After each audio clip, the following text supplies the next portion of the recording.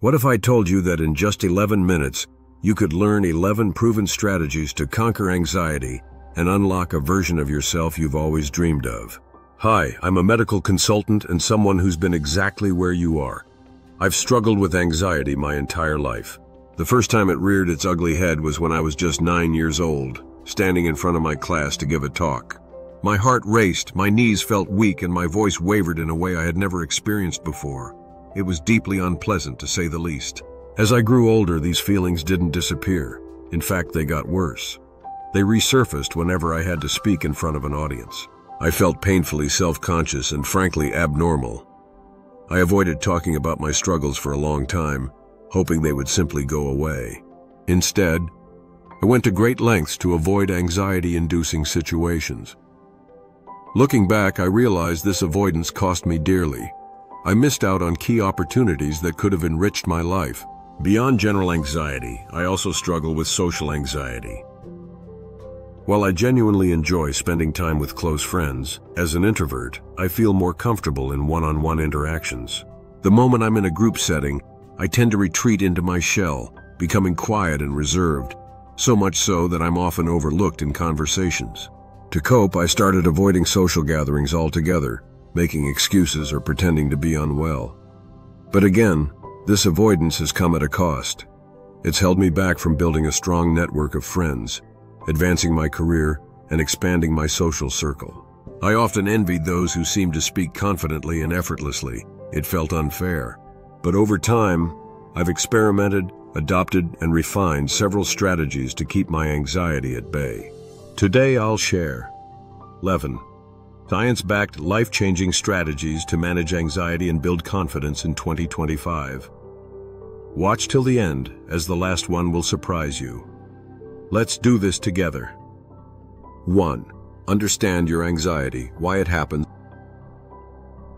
Anxiety isn't just in your head. It's a natural response designed to protect you. Dr. Andrew Huberman, a neuroscientist, explains that anxiety stems from an overactive amygdala, our brain's fear center, which perceives threats even when none exist. This response was useful many years ago when it was essential for survival. But in modern day, it is rather unhelpful and can be downright destructive. Recognizing that anxiety is a natural biological mechanism is the first step. During my medical training, I often felt overwhelmed presenting cases to seniors, especially when the stakes felt high. Understanding that my brain was trying to protect me helped me approach these situations with more self-compassion. Awareness is power. 2. Focused breathing to regain control. Dr. Julie Smith, author of Why Has Nobody Told Me This Before, emphasizes the importance of breath work in managing anxiety. A simple yet effective technique is box breathing. Inhale for 4 seconds. Hold for 4 seconds. Exhale for 4 seconds. And hold again for 4 seconds. This practice reduces cortisol levels, calming both mind and body. Before an awkward PowerPoint presentation during medical training, I used this technique backstage. While my nerves didn't disappear, I felt more in control and delivered my talk without freezing. With time, I've come to understand that anxiety, to some extent, is something everyone experiences. It's our body's natural response, preparing us to tackle a challenge. 3. Reframe negative thoughts. Dr. Martha Beck, American author, life coach, and sociologist, teaches that our thoughts often create unnecessary suffering. In her book Beyond Anxiety, she discusses how reframing negative thoughts can shift our perspective.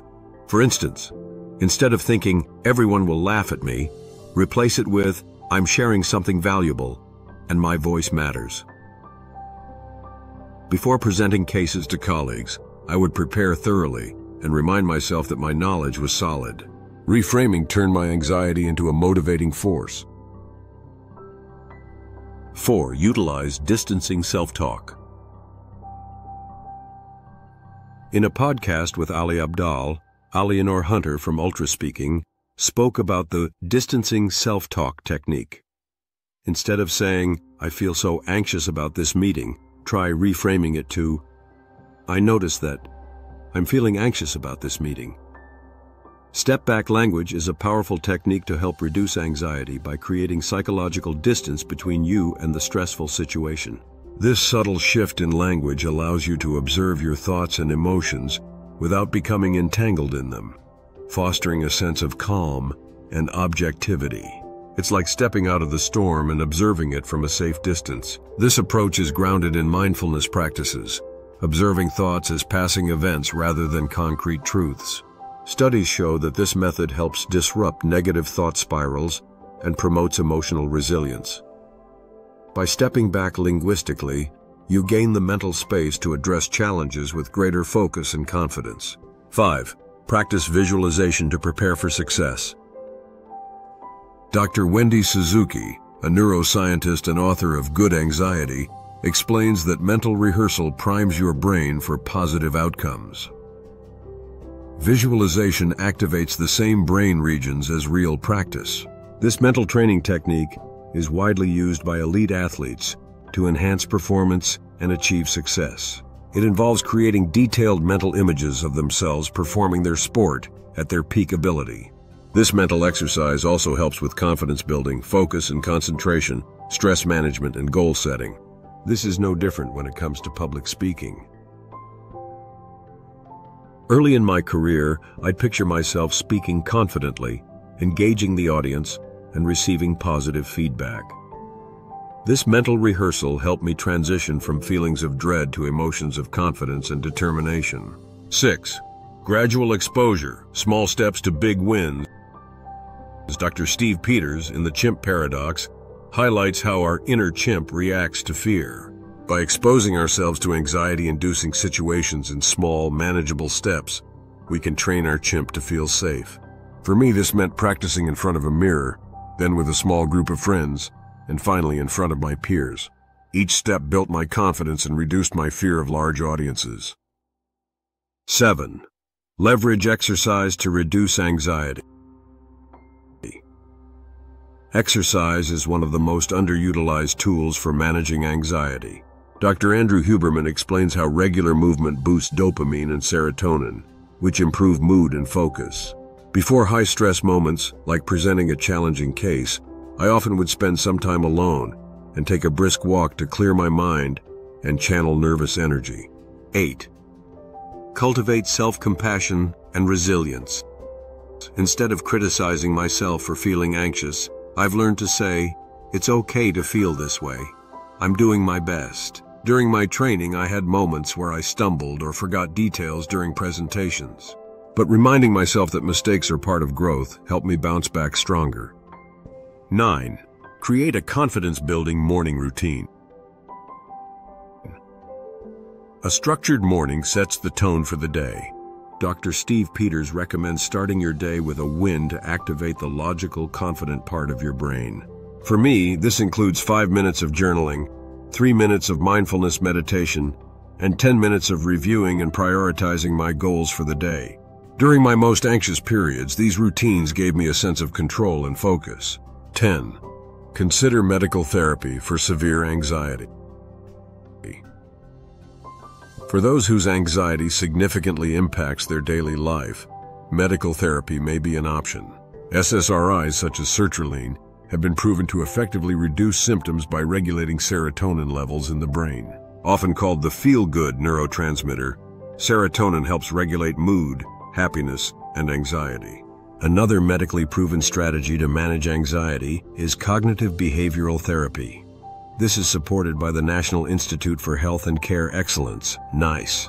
As a doctor, I've seen many patients benefit from these treatments when lifestyle changes alone weren't enough. If you're considering this route, speak to a healthcare provider for a tailored approach. I've come to accept that anxiety will always be a part of my life, and my focus now is on learning to live with it and manage it effectively. Anxiety is tough, but it doesn't have to control you. 11. This is the one that will surprise you. Act confident. To be confident. The adage, fake it till you make it, sounds silly but is grounded in truth. If you emulate confidence and competence, you can eventually embody these qualities genuinely. This approach is particularly relevant in public speaking, where initial displays of confidence can set a positive tone for the entire presentation. Focus on your posture, facial expression, and voice projection. Research indicates that the first 30 seconds of a presentation are crucial for capturing audience attention and establishing credibility. This perception often persists throughout the talk. On the flip side, by consciously adopting these behaviors, you can boost your own self-confidence as the presentation progresses. Remember, you only need to pretend to be confident for the first 30 seconds. Your body and mind will do the rest. There you have it. 11 strategies to manage your anxiety in 2025. Which of these will you try first? Let's make 2025 your most confident year yet. If this video resonates with you and was of value, do check out my other video on how to crush 2025, 7 habits, mindset, and productivity hacks.